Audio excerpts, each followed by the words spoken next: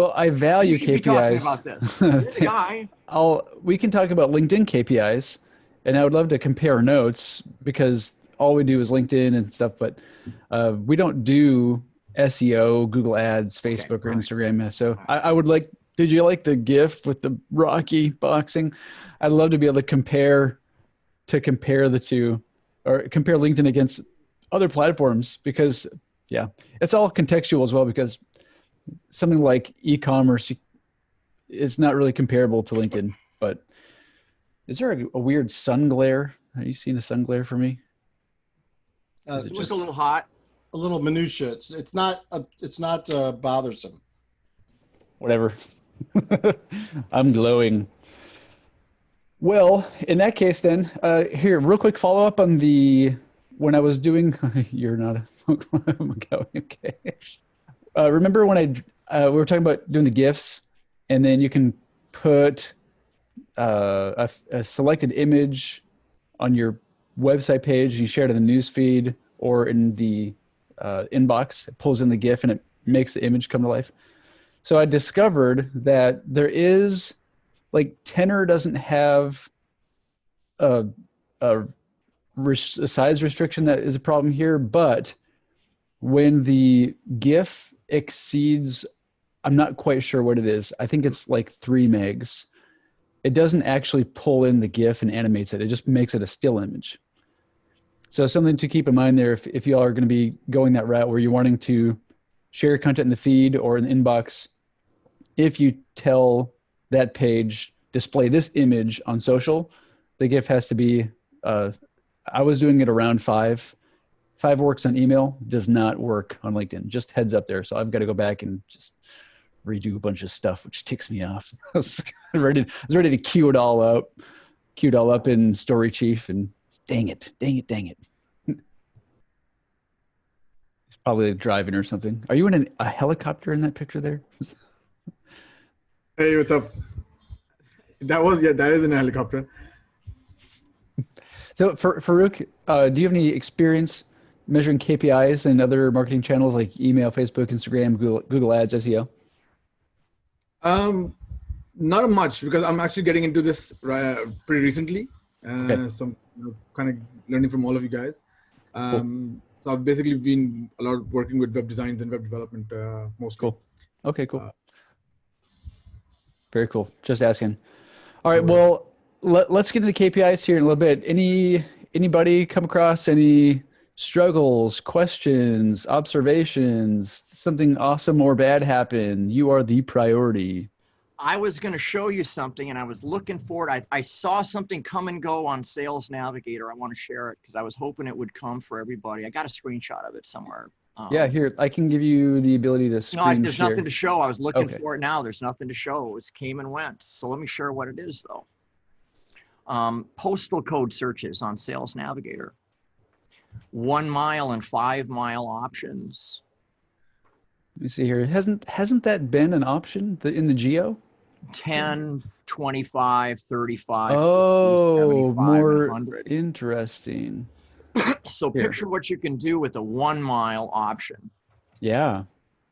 You've got the zip code area you want to do. You just put them all in. You could comma, comma, comma, comma, comma too, by the way. So you can comma, comma, comma zip codes and do as many as you like with 1 mile and just blanket an area, not overlap or underlap and not miss anything. And so that would supersede the, like Austin, Texas area kind of thing. Oh yeah, absolutely. Oh, Let me, so sweet. Yeah, let me give you an example. One of my clients divides up a town by zip codes. Okay, it's a peer board group. Northwest, Northeast, blah, blah, blah. Each one of them gets 40 zip codes. And the zip codes, by the way, are where people live, not where they work. And their system works on where the business is. So it's imperfect to begin with, right? I mean, your searches are fine. But I work there and I live here and the search like this. But they literally, and I had the test all set up, but there wasn't anyone at that company that had this feature that I could test it with. So we could test what it's like. It's still 1 mile. So you're still going to touch off in every direction. There's some impurities. But it looks like it came and went because I had 2 people that had it and they don't have it anymore. Interesting. So it's either. Yeah, I could see that being really valuable. Like, this is what I'm thinking, Mike. I bet that people that are doing paid ad campaigns want to have that kind of targeting. Think about Yeah. the business complexes where all the offices are. I would love to be able to target that one tiny area. I bet they're working that into their ecosystem, and then SalesNav is benefiting from that, I bet. Well, it's also great for those of us who are in rural or suburban areas because and want to target in our rural or suburban area, not the major metro market. Because right now, because yeah, so one of my agencies is Bastrop Marketing. I'm only targeting my county of 90,000 people, which is the next county east of Austin. But I can't target that on LinkedIn at all because everybody in my county shows on LinkedIn is just Austin, Texas area. Mm-hmm. So there's a little bit of a hack I've always had for this. Let me share what the hack has been. Okay, the hack doesn't go down to 1 mile, but it does go down to 5, 6. I say 6, but let's say 5. Once you get your search all in with whatever mile you want, put 100 miles in if you want. You paste it into a Google Doc and you change 100 miles down to 5, where it says distance equals. You hack the distance. Oh, It'll really? work. It incrementally works every single mile. It incrementally works 6, 7, 8, 9, 10. I'll share the story how it happened real quick. Sorry, got a client in Scranton, I think it was. No way. Can you do this intro song? So, yeah, I was a part of that. No, I'm not going to do it here. Okay. But it's like near Scranton. I don't even think it was the big city of Scranton. It was like a suburb of Scranton. Okay. So we're doing a search, and a great search. We find 8,000 results, and we're going like, God damn, something's not right here. You know, we start looking, and I start seeing all this New York stuff. Mm-hmm. So I paste it in and I see distance equals 10. So I tried 9 and 8 and 7 and 6. When I got to 7, it went from 8,000 down to like 800 because Manhattan was 1 mile too far. Wow, that is Literally, it fascinating. went off the cliff. And that's how I discovered this hack. It only worked down to about 6 miles. Below that, you got the same results no matter what. So that's when I really paid attention to the 5 and 1 mile thing. Picture along a freeway. You just go along the freeway. That's where the population is, along the freeway. And if you do this, you're going like all the way out here. These hicks that are 100 miles off the freeway coming in. I don't know. I only want folks along the freeway. So you just like that. So there's just an idea. I saw that come and go. Maybe it'll come back. I'm glad I didn't do a blog post on it. I almost did. And You could draft it. It's probably going to make its way out if you saw a little preview of it. They're adding features to Sales Navigator a lot. Yeah. So, you know, that makes sense. I would like 0 miles. So just within 1 mile from you, that would be pretty cool.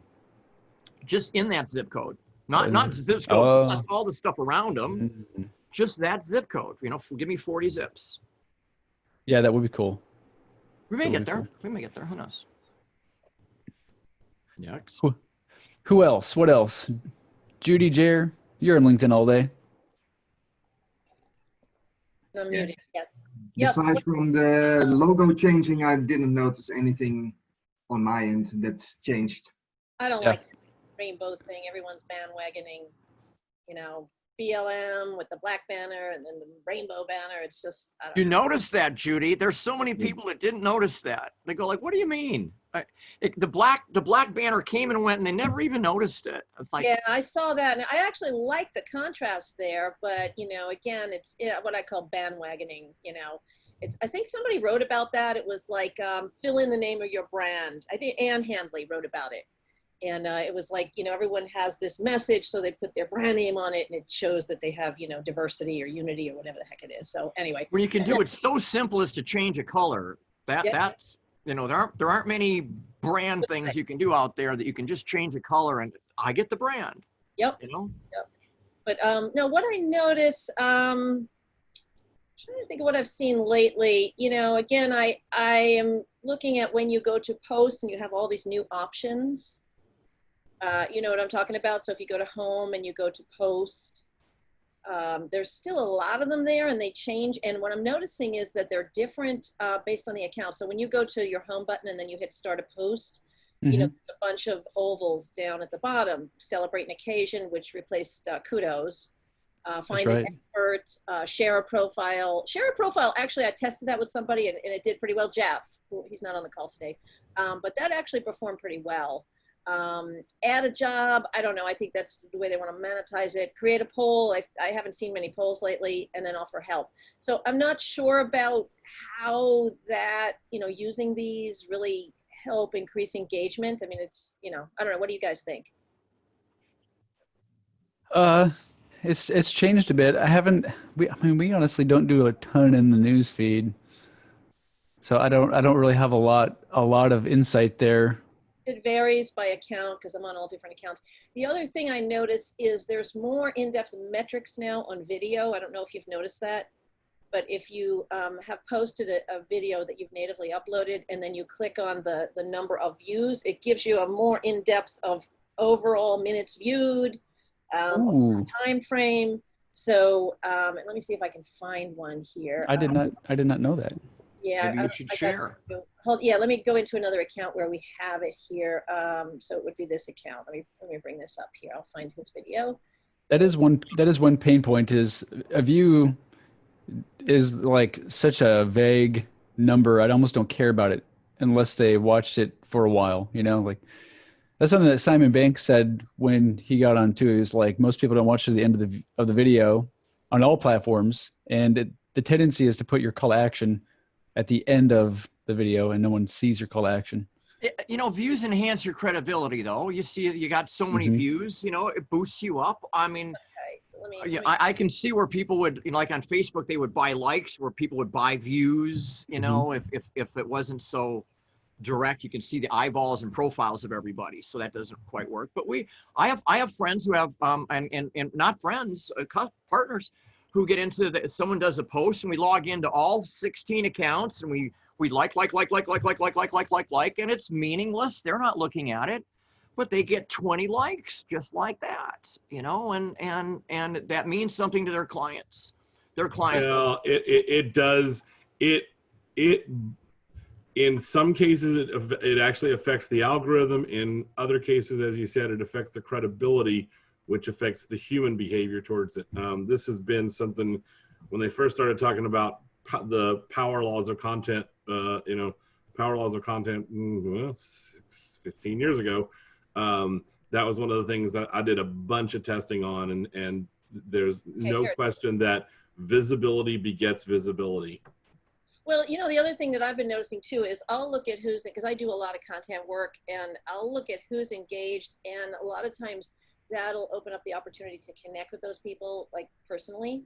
And we've been able to connect with some pretty influential people that way that we're going to be good strategic partners. So here, if I grab the screen, I'll show you what it looks like now. I think I just made you co-host. I think you should be able to share now. So here it is. So what happens is, so if I'm looking at the post here, I click on this. And so it gives you the. Oh, wow. I have not seen this at all. Yeah, and then 18 reactions, 5 comments, and then this is interesting because you can look at audience, which is the typical thing that they have, but video performance, weekly. We just put this up, so that's not going to give me weekly, but this is what total minutes that it's been watched including less than 3 seconds. So that might just be somebody passing it through their feed. This is lifetime for more than 3 seconds. And this is a lifetime. And again, this is only a couple of days. I did it like 2 days ago. Let me find another one here. This one is a little bit older. So this will give us weekly performance. So it's kind of like what it gives you, like when you're looking at the page, company page analytics, and then it tells you the 3 reshares, which I think are good because if you're looking at reshares, that's another indication of who's liking your content. Yeah. But yeah, I think advanced video analytics, but again, less than 3 seconds is a little bit sketchy, but this one's good. This is more than 3 seconds. So that's how many views.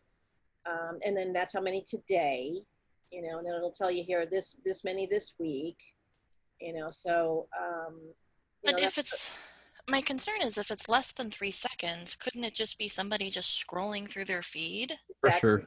Just like this. Yep, that's what they're doing. So this is registering each time. But what it is worth saying there with the less than 3 seconds is they're not consuming the video, but they are doing a handshake with your brand. So you might almost view it as an impression, Yep. which tells me that whenever you're uploading a video, you're going to want to make sure that those first 3 seconds are branded. Maybe not like an animated branded intro, but so that they're recognizing your brand. Yep. If most people are just in that 3-second bucket.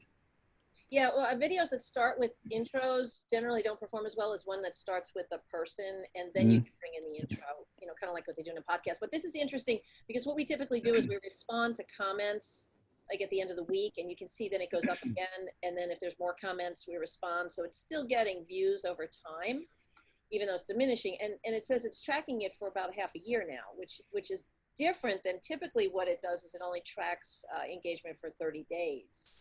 So I thought that was interesting. That is interesting. I'm really digging that they're giving you this information. I think it's helpful. Again, it's what we do with this information that makes it more valuable. So I'm not sure how this would inform a strategy unless I really pay attention to what actions am I taking that's impacting the views that are going on here. Can I get it to spike again? Yeah. So that would be my challenge here is how do we get this to spike again? But he typically keeps his videos a minute or less. And so we've got 8 minutes, 25 minutes, 82 minutes, so that means that's some significant views there. So, yeah. So that's what I've noticed. I think that's all I got for you. That was really cool. Thanks for sharing that, Judy. Hey, Judy, can I ask a quick question? Yes. When you upload a video, is there any way to select which frame to use to start with, or does it always just the first frame of the video? Any idea? You'd have to edit it to how you want it because I edit it in Camtasia, and then so I have that frame and I bring in his intro is a text overlay that has his hashtag, so it's all part of what you see and it just kind of comes as a overlay.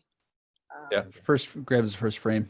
Yeah, not like YouTube where you can select the frame. No, you can't do that. Okay. No. Frankly, the first frame is what most of us want, isn't it? Well, it depends, unless you get the guy, like that. Yeah. Well, if you get to choose on your own, you mentioned Camtasia, so Yeah, Camtasia, but I get wherever the video, wherever the first frame is, that shows up, I want it to play right from the first frame instead of here's this poster frame and then something else comes in when it plays. And his is always the same. We do a big headshot. His always have the consistent look, and it brings in his hashtag overlay. So he definitely has a look, and he's got a strong. Okay, he's got a brand to it. Yeah, because people will ask, like, if we don't post that thing by noon, people will say, "Hey, where's the video? Where's your weekly motivation?" So we've established a pretty good following, of people that like his message. He's a recruiter, so it's good. Yeah. So Yeah, you want to hook people, and that first frame. The hook in the video that gets people excited to watch the video might be, like 30 seconds in. And if you want them to stay on the line until they get the good stuff because you had to frame it in the beginning of the video, then definitely grab that juicy frame and make it the hook. Yeah. Yeah. And it's just knowing what that is. Yeah. Exactly. Yeah. Exactly. Yeah. Get to the exact frame of Camtasia probably, right? I use Camtasia as well. Right? Yeah. I mean, arrow to the right. Not as slick as what Isaac's using there, but I use that. I also use Filmora, Wondershare. That's actually, I'm doing some employee spotlights right now, and that's a fun one too. There's a little more different things you can do with it, but cool. It takes a while to edit a video well, because you're going frame by frame sometimes pulling out, because I get rid of the uhs and the pauses and all the weird stuff to kind of clean it up a bit. Yeah, the best way to make editing go fast is to make sure that the person during the recording aces it. Yeah. I mean, you're talking like half the production cost. If you don't smack your lips or breathe heavy or say a bunch of times, production cost goes down infinitely. It's crazy. Well, it's hard to cut out the uhs because you get this little jerk that happens and stuff when you cut it out too. I've seen plenty of uhs cut out in those before, Isaac, right? All of a sudden they're just jerking. It sounds beautiful, but it looks like shit. It's really hard to nail it all the way through in one take. Almost impossible. Is he'll script it out, and then he'll actually write it out, and then we use a tool, and he does this on his iPhone, and he'll have a teleprompter app that is bringing the text. So while he's recording it, he's seeing the text, so he's following his script. And then what I do is I take that video after I edit it and I run it through Otter, OTTER.ai, and that gives me the captions that I add. I add the SRT file and clean it up that way, and then I add the text. So, but I think having the teleprompter helps because then he's not kind of winging it. And he's able to give really good eye contact. So we've worked all that through in terms of how do you, stay succinct. He really wants the message to be less than a minute, so again, it's a well-oiled machine. Some of the earlier ones, Mike, you'll see they're a lot more awkward and like that, but we've been doing this 2 years now with the videos, and he's got it down to a science. Nice. What we've recently done to help go through the slides and make it look like we're looking at you. So I've got, like if we're doing something that's educational now, we're actually doing video from 2 places. We're recording the screen for the how to, and then we have a separate camera that's mounted on like an arm, and I have that that camera is actually right here. I'm not using it for Zoom, but it's right here. And what happens is when I'm looking at the camera directly, my slides are right behind it to the side. So I'm reading my slides, but it looks like I'm looking at the camera. And it just feels a lot more like, oh, they're looking at me. And then you don't have to memorize everything so much. Right. So if you all end up doing that, I found that to be incredibly helpful. And your videos are really good. I like your training, the boot camp and everything, really good. Yeah, and those are old. That's old system. So you're better now. It has gotten better, hopefully. You were good then. You're awesome now. Thanks. Very cool. Tanya, I'm glad you jumped on since we're going to get into KPIs in a minute. Remind me, so you have in your wheelhouse probably some measurable numbers for SEO, right? Google Ads. It varies, but I have some general numbers, yes. Perfect. That's really, I'll take general. Absolutely. What about Facebook and Instagram? Facebook, yes. Instagram, I don't have numbers off the top of my head. We have done them, but I haven't been involved in any of that, so I don't know what those numbers are. Cool. Okay, cool. We'll get there. Any other ad hoc questions, comments, things you've seen, observed? Go for it, Bruce. Don't do this. Don't create an event and then put 8, 10, 30, 50 people in the same invite. The same group text? Is that what you mean? This group message? Don't do it. Yes, without people opting in, sometimes people get a little frustrated. I didn't know. So I deleted the event, but invite one at a time. Invite, separate. Yeah. But the events is new, right, Isaac? Kind of new. 6 months ago, maybe. Are you talking about, Bruce, are you talking about creating an event and inviting your connections to the event, or are you talking about the group thread, the group inbox? The first thing you said. whatever the second thing was. The first and not everyone had it. It rolled out over quite a period of time. The event function. By the way, we had this 10 years ago. They took it out and gave it back to us, right, Isaac? Do you remember? Yeah, that was pre me being caring about events. But I'm going to look to Bruce for expertise on events now, because he's done all the wrong things. So I just want to do whatever he didn't do. Hey, the opposite of Bruce. That's right. The second mouse gets the cheese, baby. That's funny. Hey, actually, John, did you send me the message about that profile that was unavailable? Right? Can we talk about that here, or is that cool? Because it's something that comes up frequently. Sure. Yeah. I guess that's the link I always used or whatever like that. And now all of a sudden it says not viewable. So basically, there's a profile. When you view it, it says this profile is unavailable. I've experienced that many times. And everybody else? Once in a while. Once in a while, yeah. John, is that someone that you personally know? No, that's just the link that has the ending Lawalt is what I've always had for my page or whatever like that on LinkedIn. But I have my personal name too, and that shows up. So I don't know. Oh! There is something that I've seen. I'm sorry. you know, the original URL or any URL maybe along the way that you were given perhaps, but I know that there's multiple URLs to your profile now. I renamed someone with the rename, and the old one still worked and was still shown in places. You know, it had /BQ47L at the end of the name. Right. And I wasn't paying enough attention to it because it didn't matter at the time, but you know, the old one was still there. It's like, no, they're not going to let anyone go take the old one. So you have your historical assigned one perhaps, and then your new alias, and they both work, which is kind of cool. If you had, for example, if you think about URLs you might have had, you might have put that URL somewhere 5 years ago and you changed it. I'm just kind of thinking about where this might come up. The old URL might still work, you know? So it doesn't stay forever. It's reserved for, I think they said 6 months. They've got it in their help. They describe it, but it like continues. It's something, I think it's that it continues to route to you for like another 6 months. Okay, that's it. And then it's reserved for another 6 months. But and of course, who's going to want your Scott Allen /7B7QX? Yeah. Who's going to want to go get that profile URL? Right. But if you've done something like name yourself, so this is what Stephen had done, is he had Stephen Brock and then the acronym of his business, except that's no longer his business. So him wanting to change it to, you know, so if you put your brand in your URL besides your name and you change your brand, so, or, you know, so. Yeah.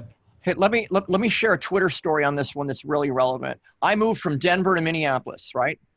And I have 2 Twitter IDs, LinkedIn Trainer, nice one, and I have Mike O'Neill Denver. I no longer lived in Denver.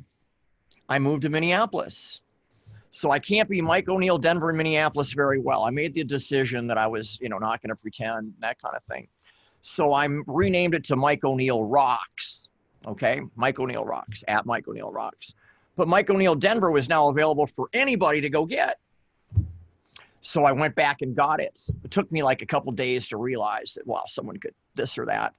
And there's a lot of things in Twitter where the hashtag, you know, hashtag Friday, follow Fridays and stuff, have the old domain name and stuff in it. You know, you can't like redirect or anything there. So anyway, so I mean, I haven't looked at Mike O'Neill Denver for years probably because I use the other, but you don't want someone to get your old domain if you give it up. I guess that's the deal of the story. Even if you don't use it at all, don't let someone else get it. Yeah, that's my license plate. Thanks, Bruce. I have one last thing to add, Isaac. I noticed something last week that was really strange. A couple of months ago, I changed my connection to, instead of invite, to follow. Okay, so that's the default. So this way somebody actually, the only problem is sometimes you show up when LinkedIn delivers that people you may know thing. So last week I got 422 new followers. And I said, wow, that's weird. And I looked at them, and a lot of them were really sketchy accounts with no followers or less than 10 followers, a lot in Bitcoin, a lot in countries I don't do business in. And I don't know what prompted that, because the other thing I did was I made it required that my email has to be known to invite me, because I was just getting so many weird, you know, invites that just weren't. So the only thing I can think about is I've been using an aggregator, and I think it's QUOO. I don't know if you've heard of that, you know, just to find content to post. And it may have been that content that was attracting people. I don't know. I mean, it was LinkedIn and marketing content, but something weird was happening. And I don't know why all those profiles were starting to follow. But, you know, so I had to go back through and report them and block them, because they were obviously bogus accounts. They were not real people. Yeah, well, that's a pain. So, I don't know if anyone's noticed that lately, but when I saw that lift in followers, I was like, wow. And I screenshot them so you could see them. But it was, are you able to affect that? Because you used to be able to affect it, then an algorithm took over. And because I submitted a trouble ticket to say, how do I show a connect button versus a follow button? Where is that? Social media today, or one of those places, had a post on it, and it showed you what to do, and it didn't work anymore. The stuff was gone. Yeah, it's still there. No, I have mine as follow as the default. And now if someone wants to invite me, they have to know my email. And I put my email in my bio. So if they actually want to connect with me, my email is there and they can find it. But I was getting a lot of random noise and I just decided, I want to keep the integrity of my network. And at this point, I'm just doing the invites, unless I get my email. But I just thought it was really strange last week to see that lift. And it was just not quality connections. I mean, people in Bitcoin, with 3 followers, it was like, man, this is heavy. I got a bunch of Bitcoin follower connection requests in the last 2 weeks too, like unusual. Probably somebody's creating a bunch of fake accounts for a later initiative. Yeah. Do you have the term cryptocurrency or any term that would attract them? Nope. I used to, and I took it out. Nope. And it's gone way down. Yeah, no, these were just really weird. And especially people that had no connections. Yeah, brand new account. Yeah, I don't know. Anyway, it was like almost creepy. I was like, who are these people? 422, in a matter of a few days. It just seemed like, wow, this is, so I didn't know if anyone else is noticing a burst in their follower count. Cause when I looked at my follower count, I was like, I only have 7,900 connections, but I have like 18,000 followers now, So, you can look at your followers and you can see who they are. You can see who's following you. Has anyone done that? Yeah. No, I haven't done that, but I have noticed that the number of people following has gone up. Yeah. So again, if they're not connected to you, they can't access certain information. And, as a LinkedIn trainer, I'm open, my profile's open so people can see things, but I've just been, kind of, what do you call it? It just was a little creepy. I wonder, Judy, if you would have had this is my suspicion because of the nature of the profiles that you're talking about. I bet you got roped into somebody's automation broadcast and the sequence was follow and then connect. I bet if you did not have your email required to connect, you would have had the follow and then the connection request. Yeah. That's a suspicion. Yeah. And I was getting a lot of those. So that's when I added that additional layer because it was just really, unless they're going to add value, if it's somebody that really wants to connect. Like I said, right now I'm just doing my own outbound outreach. And it's not about quantity anymore. It's more about having a really a network of integrity. Mm-hmm.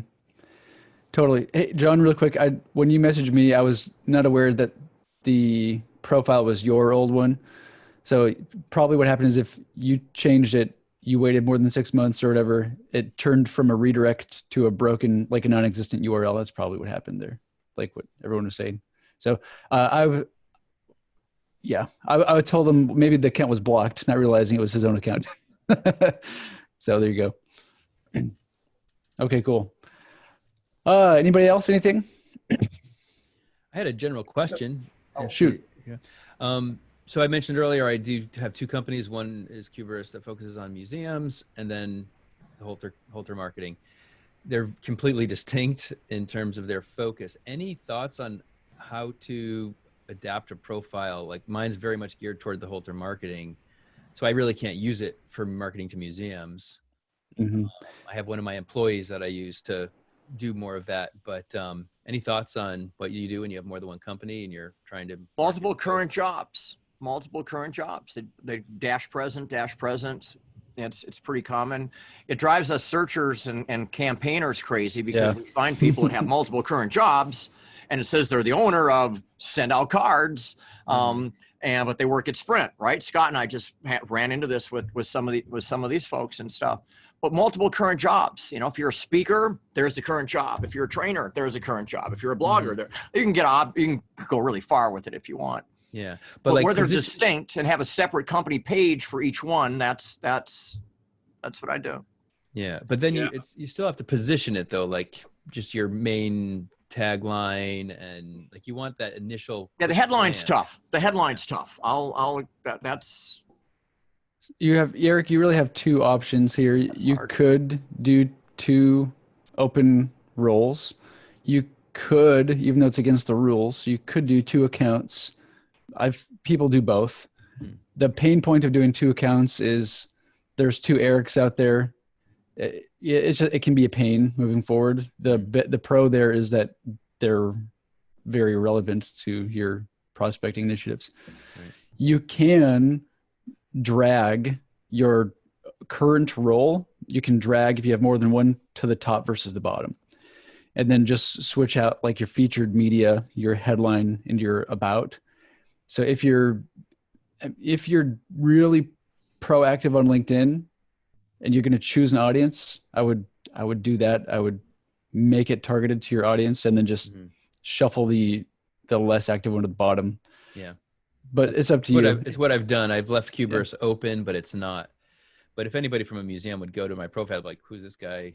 It wouldn't do anything. They would see it's there, but it doesn't help you market. It just right. How about an image of a museum at the top up there to make them feel at home? So imagery, you can make someone feel at home. If you can't do it with words, maybe there might be something there. But then you water down the other side where you want to. That's right.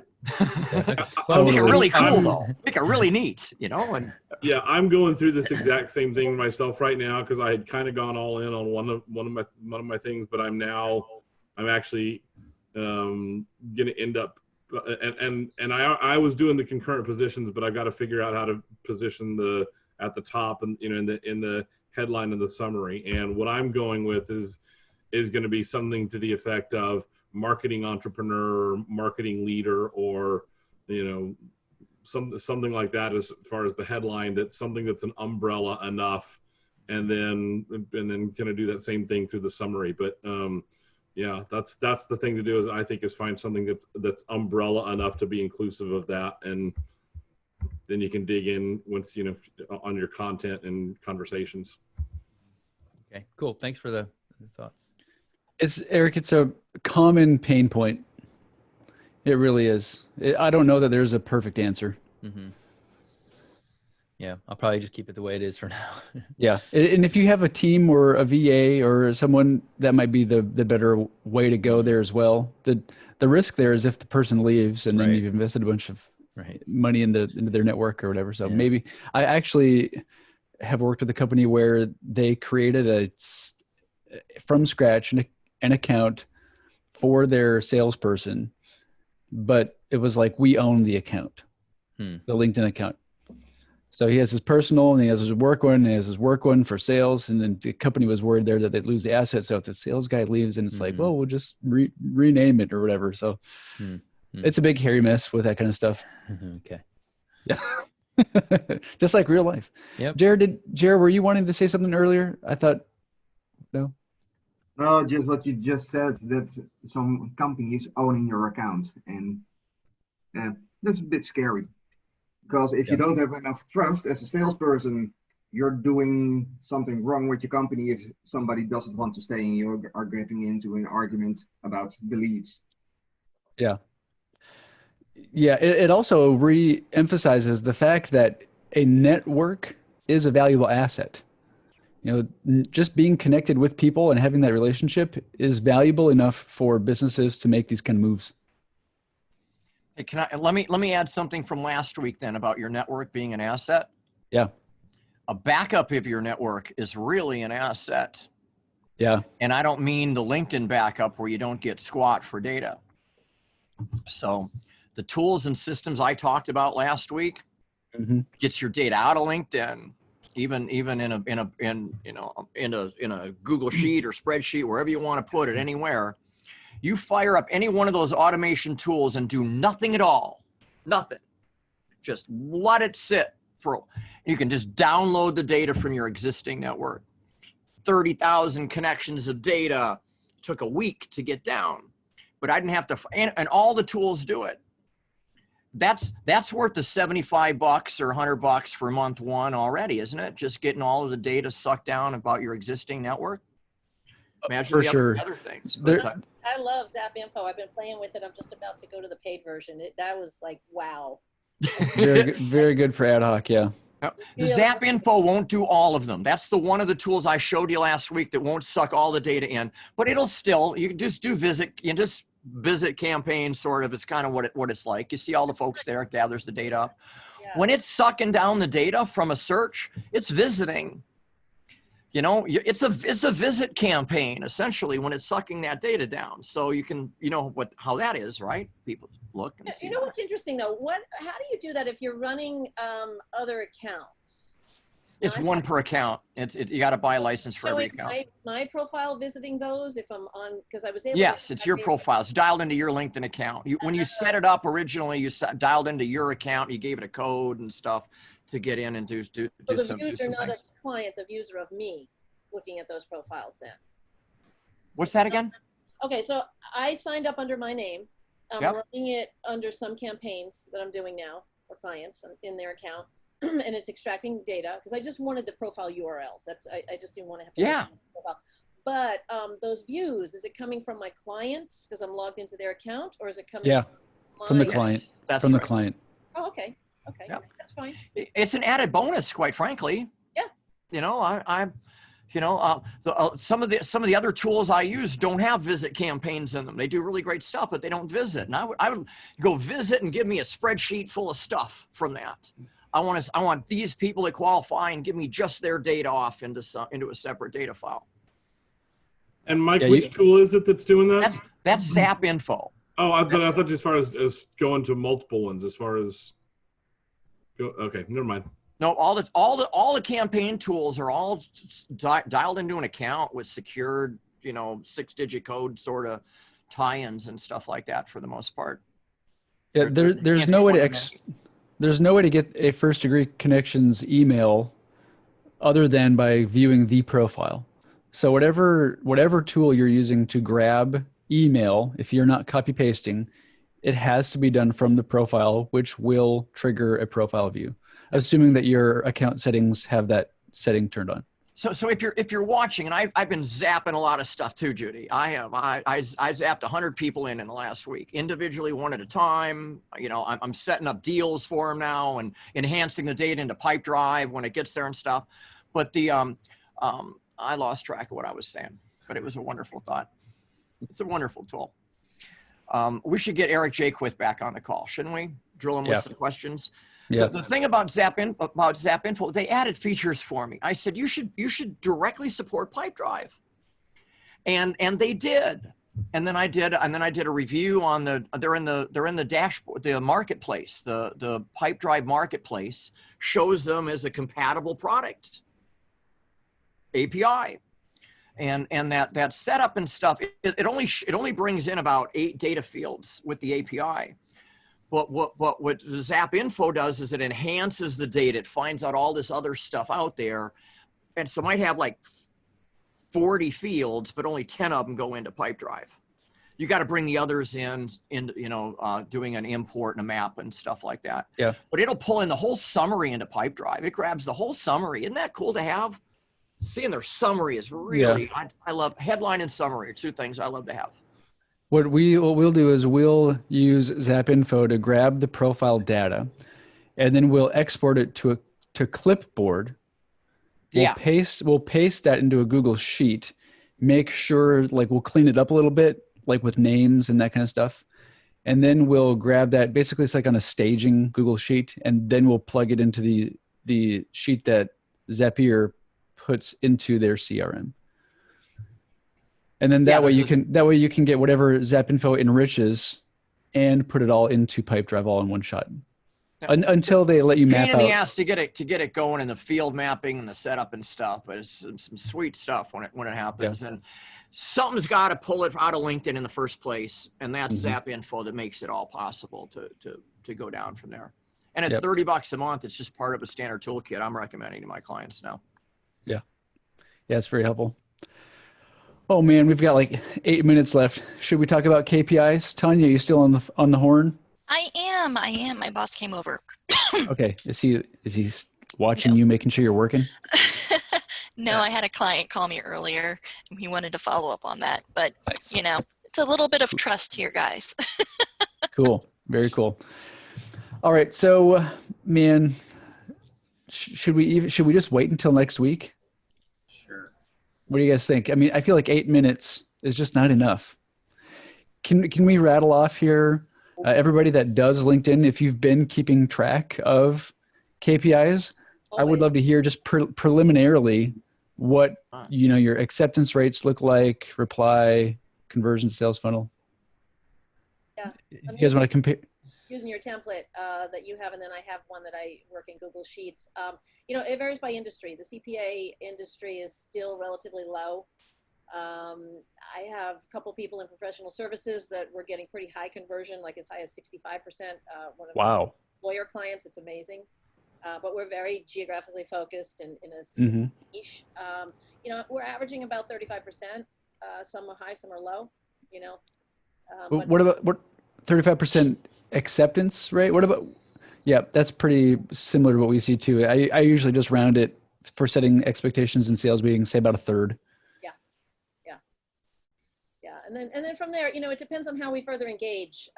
You know, I try to keep it as custom as possible. It's, you know, I don't do a lot of automation with the messaging. Again, we get better results when we're really custom, you know, and we're tapping into something about that profile or something, you know, for the reason why we're connecting, and we're getting more conversations started that way. Yeah. Mike, what do you see for, on average, acceptance rates and reply They're going rates? down. We're bringing in lower value targets. So you're being really specific. In some cases, we're being really specific as well with scrub lists and all. Mm-hmm. But when you've got when your market is a tight market, you can fish your whole pond in a few months. You got to pull in the folks without pictures and bring in lower value targets out there, and your accept rates go down because they're not even on LinkedIn this month. You know, it might be 90 days till they poke their head up again or so. So we're seeing quite a bit. Now, if we eliminate folks without pictures, you can double what you do, you know, overnight like that. And in a national program where we're dealing nationally, going state by state in campaigns, we zip them all out. No people without pictures unless there's some special targeting. So Scott and I are doing things from Crunchbase. So he's got a database that he's bringing in that he's got to qualify some more and do some things with and all. That's different than a search where you're bringing your own stuff in, you know, and finding them and mapping them up and stuff. But I tell my folks, I really lowball. Okay. I say a 20% connect rate. 20% of these folks are going to respond to one of these 5 sequences of messages we pre-program in. Of the 20% that do respond, it's going to be equally distributed between I will definitely want to do it, a thumbs up or maybe, and no thank you. So those are the sandbag numbers I use for clients. Yeah. And better ingredients, better pizza, you know? Yeah. Yeah. What about you, Jer? What about in the Netherlands? Keep in mind here that Jer's in a kind of a different market because of country size and that kind of thing. Yeah, much smaller. And we get a connection rate from 75%. And when we do follow up, can you just wait a minute? Can Jer say that again? 70 to 75%. Did y'all just hear that? Look at this joker. Are you inviting people that you know are daily on LinkedIn or something? How do you even They're just find nicer people that are over on there, LinkedIn that guys. much? We're much nicer. And I think it's not that crowded here on LinkedIn yet. People are not getting spammed that much. And there's a large group that never has any problem with being connected to anybody. And they are not spammed with a lot of messages. So they're pretty open to connecting. And the campaigns that I'm running are mainly focused on C-level. And even those, there we get 70 to 75% connection rate. Where it gets interesting is the follow-up, because you have to be very specific and you have to earn their time. And we tend to do a lot of focusing on the message that will follow up. And when we do our work greatly with our clients, and they have to do their work also greatly, and then we get it up to 40-45% on the second message and the connection message to start a conversation. And to get a bearing on how many will actually agree to a call, I think we're finishing up on about 25%. That's fantastic. 25% of everybody that accepted, right? Yeah. And then so double, probably a little bit more than double for the reply, if you exclude people who haven't replied. Yeah, correct. That's awesome.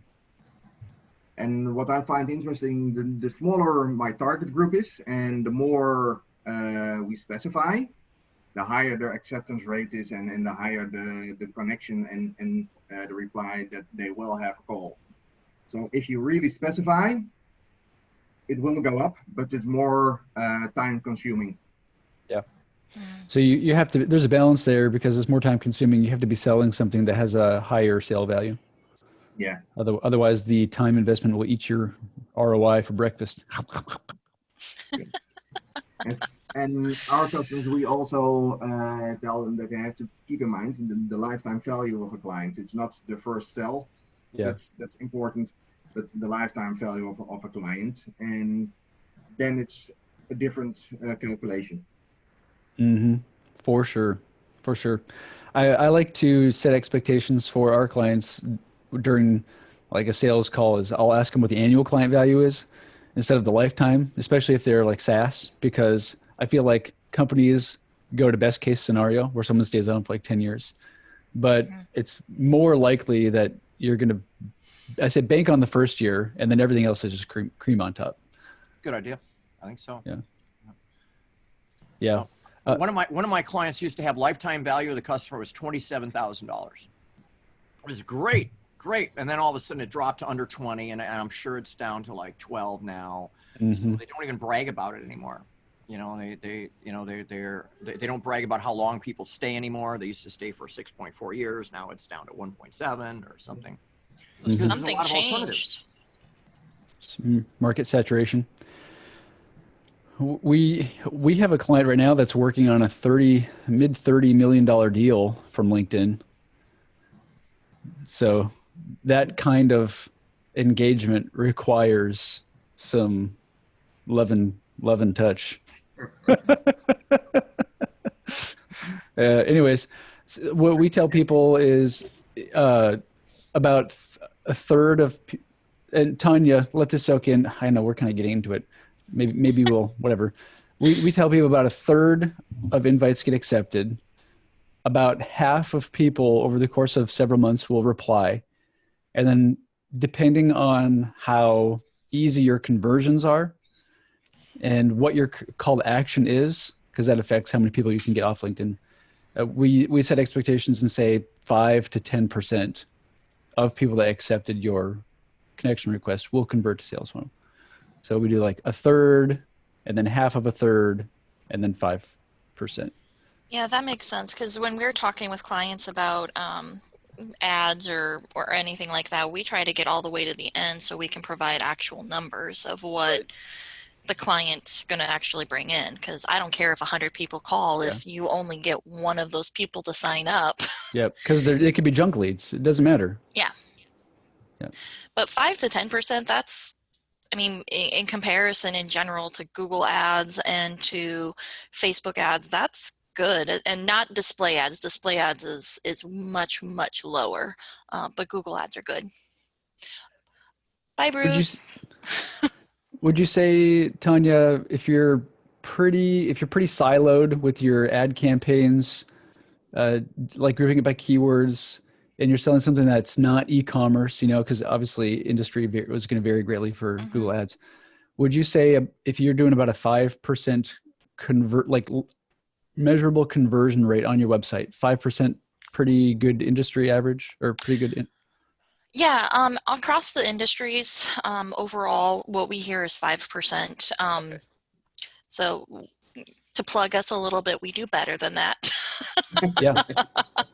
But, that's really where people are seeing is 5% is average.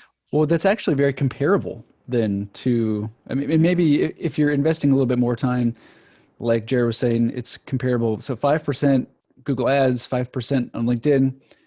A big difference is that the line's always open on LinkedIn, so once you build the network, it's almost like a rolling 5%, Right. Google ads is really for people who are looking at the bottom of the funnel, like they're ready to buy basically. But LinkedIn, you can develop those relationships and you can build deeper relationships so that you can cross-sell them with your products. So that would be the value of LinkedIn, because you can keep them longer, whereas it might end up being a very short time sale for just Google ads. Yeah, that's a good point. What about, did you say you do Facebook at all, Tanya? Is Yeah. 5% comparable there as well? Trying to think. That one, it really varies because I think it's a little higher, but your audience is a little smaller. And then also you can narrow it down so much more than Google Ads, and you can do target like lookalike campaigns, which basically could be like 50 people, and then you blow up your whole campaign really fast. So Yep. I think it's a little higher, but not significantly. Yeah. Very cool. So it sounds like the actual, as a business owner, I care about, at the end of the day, I care about leads in and that they're good leads.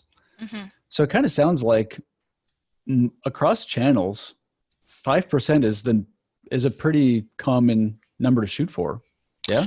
Yeah, except direct mail. Direct mail is 1%. Just letting you Okay. guys know. Yeah, good to know. Good to know. And you have to put in a lot more money and a lot more time on that one, but they tend to be a different demographic. So it also comes down to who are you trying to target to determine whether Facebook ads, Google ads, SEO, LinkedIn is the right way to go. So it really comes down to that, who the audience is. Yeah.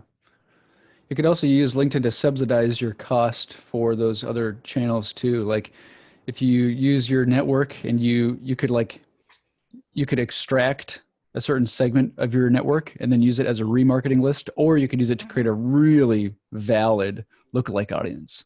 Because Yeah. LinkedIn's giving you their email, and then for professional targeting, you know exactly what they do. So Yeah, I mean, that, if you have multiple campaigns of whatever going on at the same time, they all help each other.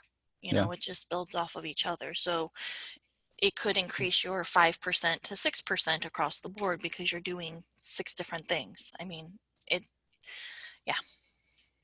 I'll say this too. If you have, like, when we're working with a company, I want to see them have an established sales process, sales funnel, and really ideally an established marketing funnel. Because if you think about the different stages that people go through when they're buying, you know, they're unaware of problem, like your typical sales, like that funnel picture, right? If we can get someone off of LinkedIn earlier in the funnel because we have something to actually give them, the conversion rates on LinkedIn are a lot higher. Now they're obviously more top of funnel, so maybe less will close in the end. But in those scenarios, we see conversion rates more like 10, yeah, it's probably double is my guess. And that's really helpful. They just have to, it takes time and effort and money to set up those marketing campaigns though. Right. I mean, it does. And understanding your client and their pain points and what they really need. And yeah, it's just effort. It's all effort in some way or another. For sure. For sure. Or anybody do email marketing? Have any numbers there? Because LinkedIn is kind of comparable to email. The difference is there's not the excuse that we're both here to connect professionally, right? Anybody have any email KPIs that they know about? You have, if you have a 20% open rate, that is good. Generally, you have a 1 to 2% click-through rate. If you have, and that's if you're using just like a general email, like if you're just mass mailing everyone at one point, those are the averages we're seeing. If you have more specific newsletters to different segments and segmented it out and rewrite the newsletters for each segment, you do have a higher open rate and a higher click-through rate. But again, time and effort. For sure. For our email, we see about a 30% open rate, and then about a 5 to 10, kind of depends on the email click-through rate. So again, that's almost comparable, the third, and then the 5%. The other thing I found as far as click-through rates is I've worked with a couple of clients where their consistent email, their newsletter email was always educational content, and 3/4 of the time didn't have any offer only had, you know, I mean, the only click through would just be, you know, to just to the link to see it on the website or something like that. But then when they would do an offer in like 1 in 5, the click through rates would be 30 to 40%. Oh, So that's good. there's a huge issue of offer fatigue, at least in you know, this was a coaching firm, so sending educational content, you get much higher CTR if you send offers less frequently. Yeah. Give, and then give an offer. That's really good to know, Scott. That's really good to know. I'm going to be doing that with our daily videos when our course version 2 launches. I look forward to him. Sweet. Cool. All right. Well, hey, we're 10 minutes past. I want to be respectful of everybody's time. I need to go make some money. So thank you, everybody, for your time. Your I kids appreciate are you all. hungry. Isaac, your My kids kid- are hungry. You need to make money. So That's right. That's right. They're growing. They're definitely growing. They don't stop. All right. Appreciate you all. See you next week. Bye, guys. Thanks, Tanya, for giving us the extra info. Appreciate that. Anytime. All right. See ya. Bye, guys.